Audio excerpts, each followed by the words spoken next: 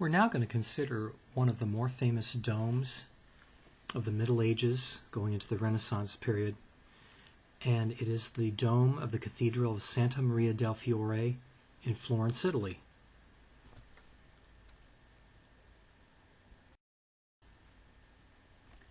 Continuing with this idea of person, object, and story, the person who we're going to focus on now is Filippo Brunelleschi. He was born in 1377. He died in 1446. And he is the architect that was responsible for the construction of the dome on the cathedral, and also what is known as the lantern of the Basilica de Santa Maria del Fiore. What is so significant about this particular accomplishment? In the Middle Ages and going into the Renaissance period, there was a great construction program going on through different parts of Europe, especially in Italy, and the desire to create wonderful, magnificent cathedrals was present and was pushing society. It was a great matter of civic pride that a town or a city would have its magnificent cathedral. And the finishing matter of it was simply the dome. The domes are very beautiful. They're a little bit like the curve of heaven when you're standing underneath the dome looking up. It's a little bit like looking into the sky at night. And domes also create some very nice acoustical functions within the cathedral itself. So to have a cathedral without a dome was problematic. Now, why didn't they have a dome? They didn't have a dome because domes were very, very difficult to construct. They did not have the range of modern materials we have today, and they didn't have some of the concepts of engineering that we have today that would allow for a dome to be created that would not collapse in on itself. But this is the man, Filippo Brunelleschi, and you'll see in this particular statue he is facing upwards. The location of this statue, this portrait of him essentially, is across the plaza from the cathedral and the dome he built. And if you were to stand next to this statue and look up in the same angle in which he's looking up, you would see he is looking at the dome and the lantern, which is the small cupola on top of the dome that allows light to enter naturally. But you would get this sense. Notice in his right hand we have a compass, a tool of artists and architects alike. His clothing is typical of the day. Take a good look at his clothing. See the amount of fabric and cloth that is made in this particular cape and garment he has on him. He was fairly successful, judging by the appearance of his clothing on this particular statue. A little bit more about him himself. He was a goldsmith. He was an architect. He was an artist. When people talk about someone being a Renaissance man or Renaissance person, they're usually referring to multiple talents and disciplines and abilities.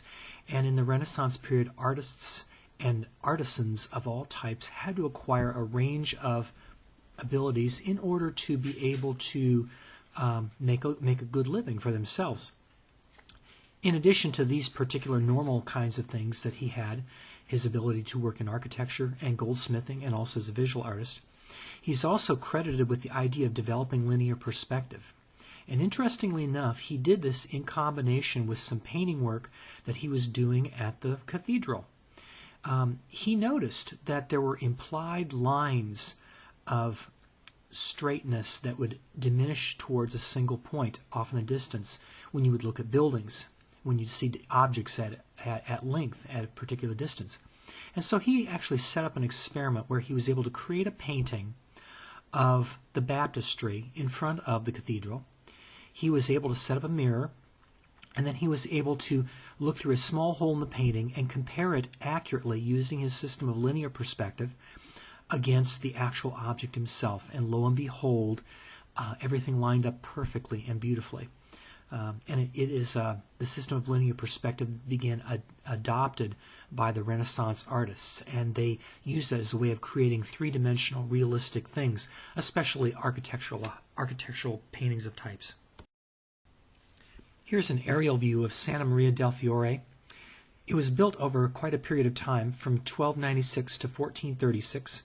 And in this photograph, we see the baptistry, which is that small octagonal building on the lower left-hand corner in the plaza across from the entrance of the cathedral, or properly speaking, the basilica. We see the basilica, cathedral itself, And then also notice just to the right that very tall square tower, that's the bell tower. Notice how high it is. The higher the bell tower, the greater the likelihood that the citizens of the city could hear the bells chiming different parts of the day, or when the bells were sounded in celebration or in mourning or for alarm or alert. The taller the tower, the more the sound spreads. Then we also see the magnificent dome. Notice how much space the dome takes relative to the rest of the cathedral, and notice how high it becomes. Again, this was a point of civic pride, and the people of Florence really wanted to have a good dome on their cathedral. The original architect of the cathedral wanted to have a dome, but was not able to engineer it because the weight of domes and the materials that domes are made of sometimes would cause domes to collapse on themselves. So how did this all come about? There were actually several stages to the cathedral. If you look at this illustration on the left, you see the Santa Reparata, which was the original church on that site. That church was removed in previous times in order to make way for a much larger church, one that would actually be a cathedral, one where the bishop of Florence would actually have residence. And so Arnolfo di Ciambiano created a cathedral, a much larger, much more grand version of Santa Reparata. And you can see that that is that golden colored outline footprint in the middle. And then before they finished the building of that, or actually before they really started construction of that, they aggrandized it. They enlarged it. Francesco Talenti took Alfonso Ciambiano's diagram, his plan, and expanded it, enlarged it, simply enlarged it, and created the footprint of the cathedral as we know it today.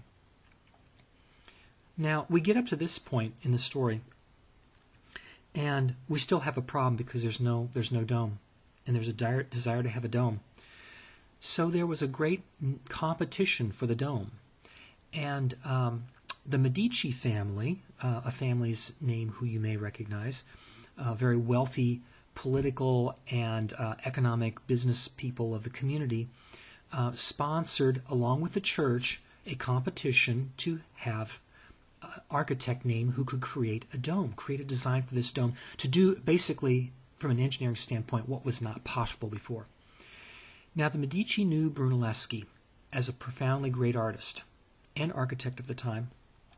And so the Medici, Cosimo Medici, was a champion or an advocate in this process. He politicked in the background to get the commission for creating the dome from the church.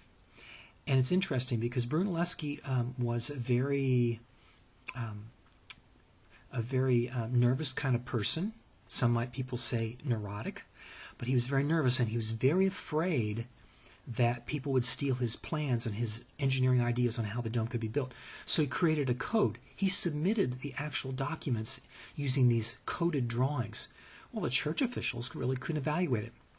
But Cosimo Medici had enough political clout that he was able to push it through that committee and have the commission for creating the dome awarded to Brunelleschi.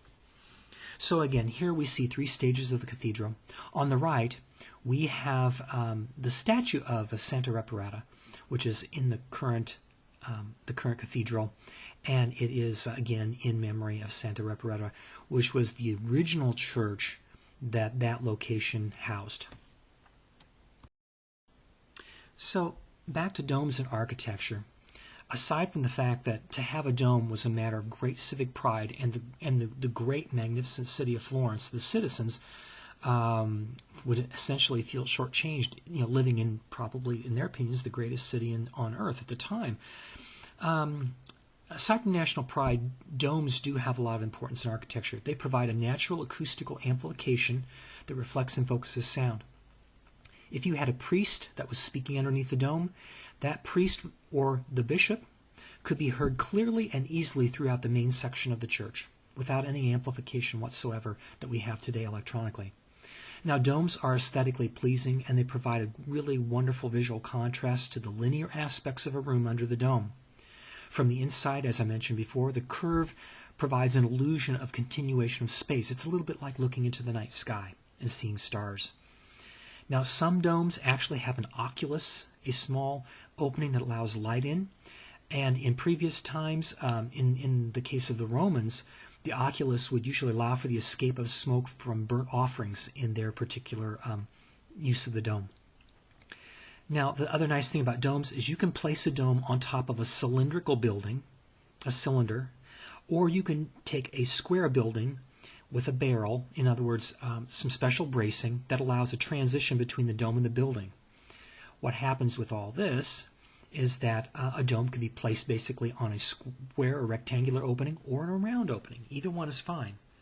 There's just a matter of engineering you have to acknowledge and honor. So here are some things about difficulties in creating domes. Historically, there have been some phenomenal casualties due to collapse of domes, especially in regions of the world where there are earthquakes. But domes collapse because the weight of the materials can exceed the ability of the dome to support itself. Stone and concrete have very limited spans of distance that they can cover. The second is that if there is an insufficient base size for the span of the dome itself can begin to push down its weight and can actually push the walls of the supporting structure out, and the entire building can collapse, not just the dome. The third problem is that domes don't have a supporting structure. They don't have a tall vertical pillar to support it. That's why it's a dome. So these are three engineering problems that must be overcome anytime a dome is built. So Brunelleschi, through studying domes of other civilizations and other times, and through his own ingenious methods, came up to two parts to a solution to this problem. The first part was a structural solution where he created a system of ribbed supports, like a framework, that will look like the ribbing inside of a ship hull. If you were to flip a ship hull upside down and see the ribbing that held the side boards of the base of the ship together, it's a little bit what you'd see.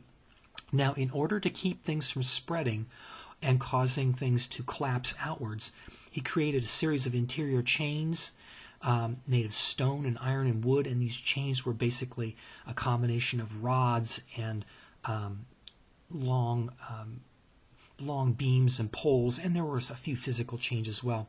But that series of chains would keep the domes from spreading outward. You may see those same kinds of things in older buildings even today in cities. If you go back to buildings that were created maybe 100 or more than 100 years ago, sometimes on the outside of the buildings you'll see small stars, or you'll see small cylindrical discs with a bolt stuck in the middle of it. That is the same kind of matter. There is actually, in those cases, a rod that runs from one side of the building to the other through the floorboards, and that rod or those chains keep the walls from these very old buildings from poking outwards and collapsing. So, structural solution of ribs and the chains. And he also came up with an innovative use of materials. He decided to use brick to make the dome itself rather than stone, because brick has incredibly high strength and significantly lower weight, and still has sufficient density to be able to stack bricks upon each other to form a beautiful curve of a dome. So he was using the most modern material he could, which was special bricks and the structural solution of the rib system combined with the chains. Here are a couple of drawings of the dome of Santa Maria del Fiore. It shows the interior chains and the ribbing designs. If you look on the diagram on the right, you can see the ribbing. The artist has taken away a section of the roof to show you the ribbing, and again, it looks a little bit like the ribbing of a ship hull, okay, and supports the weight of the bricks and the domes stacked on top. Also, you'll see a lot of these small dots. Take a look at the left. When you take a look at the left, you begin seeing a cutaway view of the dome, and you begin seeing also how there are these small structures that align up with those dots that are forming those chaining.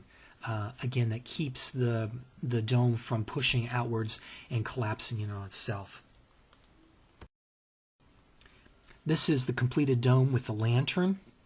See how beautiful the lantern is? And again, it was a way to finish off the dome. Interestingly enough, there was some debate whether or not Brunelleschi should be the artist to create the lantern. But again, through political means and some thinking it through, the church fathers decided that Brunelleschi eventually would be the creator of the lantern, and he received an additional commission fee for that work as well. Notice on the particular lantern, it again mimics the octagon of the dome, and it goes up to a cross on top of a round sphere, symbolizing the cross being on top of the world. And again, this creates the highest place in Florence. Again, a matter of civic pride for the citizens. As we look upwards and our neck tips backwards on the interior of the dome, we see a beautiful fresco that's been painted on plaster by artists. And you'll also see the shape of the octagon, and you see windows allowing light to come in. And if you look in the very center, you can see it's as if you're looking up into the lantern itself. See how much light that particular lantern is allowing into the dome itself. It really creates a lot of illumination and natural lighting for the entire thing. Now, if you look very carefully, you can see some very small white dots around the periphery of the octagon. That is artificial lighting, electric lighting that has been added since then, obviously. But it illuminates the dome and illuminates the beautiful frescoes, which are basically telling the stories of creation and in the Bible. Now, in addition to the dome of the cathedral, there are several engineering things I'd like to point out at this point. For one thing, you can, on the right-hand picture, you can actually see some of these rods that are extending across the cathedral itself. And again, those are rods that have been added to help fortify and prevent spreading of the walls. And again, the idea of the rods was not new to Brunelleschi, but he did borrow it from even the basic structure itself. You'll notice the immense grandeur of this particular opening. See how small the people are compared to the great, enormous cavity. And you can also see how the roof of the main part of the cathedral has, again, the same kind of ribbing. And again, this was to allow there to be a curved roof of some type rather than a flat roof. Take a look on the left-hand picture, the immense ornate decorativeness of the outside of this beautiful cathedral. Those particular circular objects on the face of the facade, those are actually the outside windows of some very immense stained glass windows that when you go onto the inside of the cathedral, you see these beautiful stained glass windows. The piazza or the plaza in front, occupied with numerous people. Notice the doors on the front of the cathedral. They're very beautifully, ornately decorated. Again, they are of immense size. The entire door can be opened, but also in this period of time, they also created smaller doors within doors, so this way they'd only have to open up a normal size door. They didn't have to open up something that an immense chariot or something like that could pass through. Okay. Something else that was interesting too, that's important, in Florence, by civic law, there was no external buttressing allowed for buildings. Now, a buttress is an external brace that is usually triangular in shape that sits against the side of the building that keeps the walls from spreading out. The Cathedral Notre Dame in Paris is a cathedral that has the external buttressing that you may be familiar with, but that was not allowed in Florence. And so that's one reason why the internal rods and chaining were required on the main part of the building itself. Not even to mention the dome in order to make the dome work. This is a night view of the Basilica di Santa Maria del Fiore. And again, notice on the left-hand side the square bell tower, and on the right-hand side the dome itself. Again, even in modern times, it is very much a matter of civic pride. And just think for a moment how much electricity it's taking to illuminate that very beautiful cathedral at nighttime. Because again, it is one of the great treasures of Italy. At the same time, it is probably the most famous architectural treasure of the city of Florence.